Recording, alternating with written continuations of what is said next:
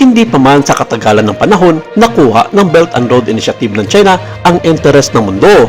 Ang BRI ay tinayo bilang isang modernong bersyon ng sinaunang Silk Road noong una itong iminungkahi noong taong 2013. Ang layuning ito ay konekta ang Asya, Africa at Europe sa pamamagitan ng isang network ng mga kalsada at iba pang mga infrastruktura.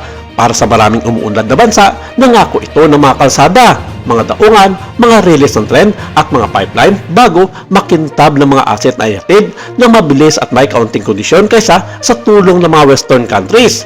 Ngunit pagkaraan ng 10 taon, ang ningning na ito ay kumukupas. Sa halip na pagsasama-samahin ang mga kontinente, ipinapakita ng inisyatiba kung hanggang saan ang mararating ng pandaigdigang diskarte ng China.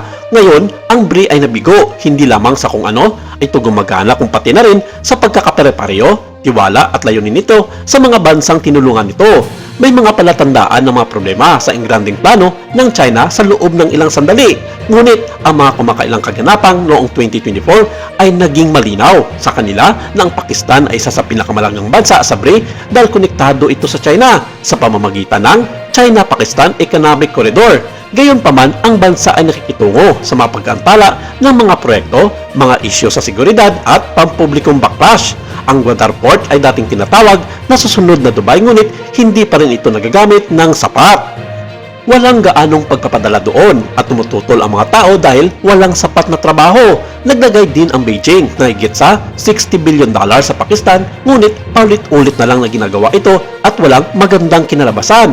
Nagkakaproblema ang mga proyekto, lumalampas sila sa budget at ang mga taong nakatira doon ay hindi nasisiyahan dahil wala silang nakikitang anumang benepisyo mula sa construction na pinamumunuan ng China na gumagamit ng mga manggagawang Chino at kumikita ng pera para sa mga kumpanyang Chino. Ang Afrika na dating nakikita bilang isang mahalagang bahagi ng pagpapalawak sa timog ng BRI ay lumalaban din. Binayaran at tinayo ng China ang Standard Gauge Railway ng Kenya na ngayon ay nasa utang at nalulugi. Dahil natatakot silang ma-default, muli na kay pagnegosasyon ang Zambia at Angola sa mga pautang sa China. Bumagal din ang Nigeria sa pagkikipagtulungan sa mga kasunduan sa infrastruktura dahil nag-aalala sila tungkol sa soberanya at mga bitag sa utang. Ang mga pagbabagong ito ay bahagi ng mas malaking kalakaran. Ang BRI ay nakaugnay na ngayon sa utang na hindi mabayaran at mga pangakong hindi tinutupad. Maging sa timog silangang Asya kung saan malakas ang kapangyarihan pang-ekonomiya ng China, nagiging alanganin din ang mga tao. Ang East Coast Rail Crank sa Malaysia ay kinansela noong 2018, ngunit ito ay muling makipag-usap ng mas maigpit na mas matuntunin at mas kaunti ang pera. Ang Kyokpak Deep Seaport Project naman sa Myanmar ay nakahold dahil sa pag-aalala tungkol sa pinsala sa kapaligiran at pagsalungat ng mga lokal. Napag-alaman ng mga bansa na ang mga pautang ng Beijing ay kadalasang may mataas na mga rate ng interest, hindi malinaw na mga termino at isang inasahan na estratehikong pagkakahanay na nagiging hindi gaanong kaakit-akit sa isang mundo na may maraming kapangyarihan. Isa sa mga pinakalatang problema sa BRI ay hindi ito malinaw o maayos. Walang isang grupo na namamahala sa lahat ng mga proyekto. Walang isang pamantayan para sa pagpapahiram. Sa halip, mayroong mga negosyong pag-aari ng Estado, pribadong kumpanyang Chino, lokal na kontratista at host na pamahalaan na lahat ay nagtutulungan ng walang karaniwang balangkas.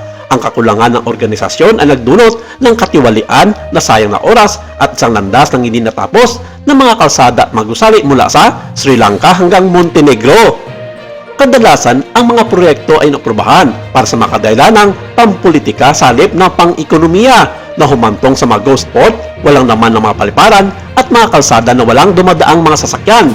Samantala, nakipagpulong na ang kalihim ng pambansang depensa na si Secretary Gibo Teodoro sa kalihim ng Estado ng Sweden sa Ministro para sa Tanggulang Sibil na si Johan Berggren sa sideline ng Seoul Defense Dialogue SDD 2025 noong Lunes sa Lotte Hotel sa Seoul, South Korea. Ang pagpupulong ay muling pinagtibay ang pagkikipagsosyo sa pagtatanggol ng Pilipinas at ng Sweden na binuo sa 2023 Memorandum of Understanding on Defense Materiel. Sinaliksik ng mga opisyal ang pagkipagtulungan sa pagtatanggol sa sibil, pagtugon sa krisis, pagbuo ng kapasidad, edukasyon at pagsasanay sa pagtatanggol, pati na rin ang teknolohiya at mga umosbong na domain ng seguridad. Binigyan din ni Secretary Teodoro ang kalagahan ng mas malapit na pakikipagtulungan sa Sweden upang suportahan ang modernisasyon ng depensa ng Pilipinas at mga pagsisikap sa pambansang katatagan.